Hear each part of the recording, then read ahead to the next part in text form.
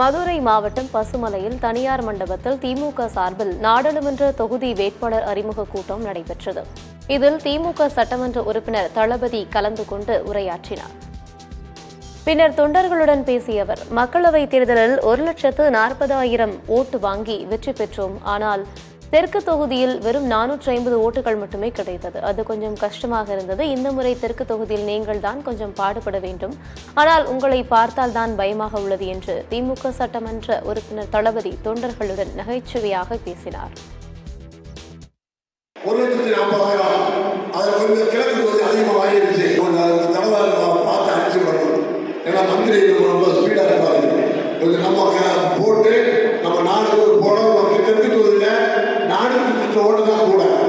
அது ரொம்ப கஷ்டமா போச்சு. அதனாலதான் நம்மளுக்கு கூடல ஓட்டு கூடல.